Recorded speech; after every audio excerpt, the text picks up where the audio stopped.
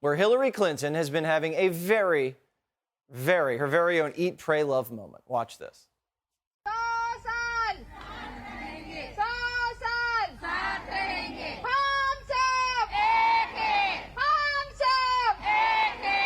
Hillary arrived in India to visit a meditation camp.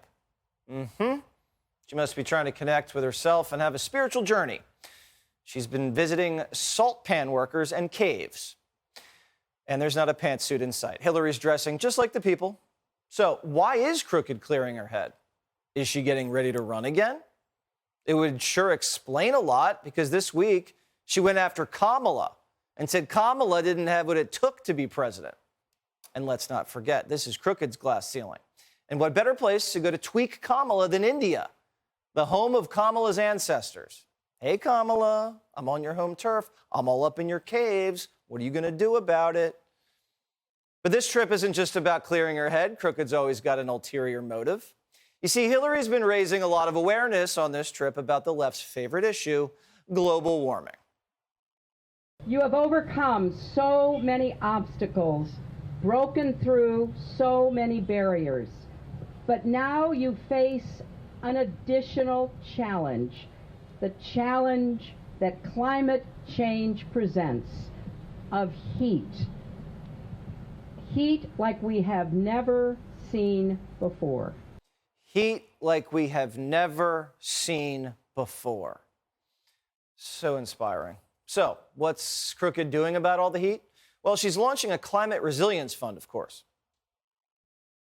I am here with SEWA, the Self-Employed Women's Association, to announce a $50 million global climate resilience fund to work with SEWA, which, as you may know, consists of women who are self-employed, working primarily outside, whether it is agriculture or the salt pans we saw here today, or street vendors or construction or waste recycling, all of those jobs, they are in the heat outside, and the heat, as you know, has gotten much worse. I've never seen Indian women look so excited. So, she's starting a fund to make women in India less hot? To make sure there's never a hot woman in India ever again? I didn't know you could pay women to cool down. But this isn't really about hot women in India. This is about Clinton grifting. This is about the Clinton Global Initiative. Notice how their charity works always overseas. Isn't that weird? Foreign money. It's her favorite. Hillary's eat, pray, grifting her way through India for money and power, obviously. And the more she puts herself in the limelight, the more she keeps someone else out of the spotlight. Kamala's never going to break that glass ceiling now, and Crooked's setting herself up perfectly for another run. Tulsi Gabbard's former Democratic presidential candidate and Fox News contributor. Do you see the significance in this India trip the way Primetime does? First of all, Jesse, I was really hoping that you'd have her on live here on your show so we could actually have a debate. I've always wanted to have a debate with her. Never had the opportunity. Yeah, look, Hillary, I think, is envious of Joe Biden.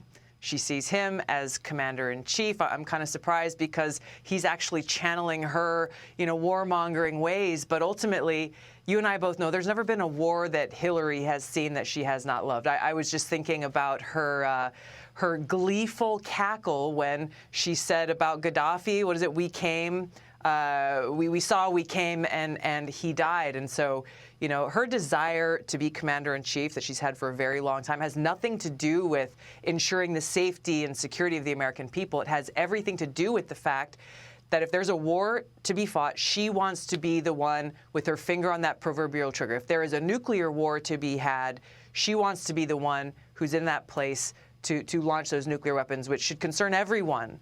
But this is what happens when you have someone like her in a position of power who loves war, but she's never actually been to war to see and understand and feel and know what the costs and consequences are and how serious it is. Well, she fought a war against Bill's women, and that was really, really brutal. I'd be worried if I were Pakistan or India, because the minute she leaves, fighting's probably going to start breaking out. But she does always leave without any fingerprints. It's like she calls you a traitor. She plants the Russia hoax to your drama. She deletes thousands of pieces of evidence under subpoena. She says elections are stolen. She sucks up foreign money for favors overseas with the foundation. Nothing ever happens. Ever. No, and again, this is what makes her such a dangerous character. She feels that she's not accountable to anyone because she's not suffering those consequences, and how deep and cozy those ties are between Hillary Clinton, so many in the mainstream media, big tech, all of these big corporate giants, people here in Washington. It is a dangerous thing for the American people to have someone like her who feels that they are above the law and they can do whatever they want.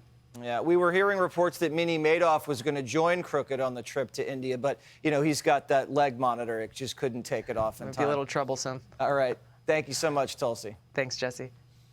Hi, everyone. I'm Brian Kilmeade. I want you to do me a favor. I want you to click to subscribe to the Fox News YouTube page. This is the only way that I know for sure that you're not going to miss any great commentary, any great news bites, any great interviews coming your way on Fox. You can get it all here on YouTube. So subscribe right now.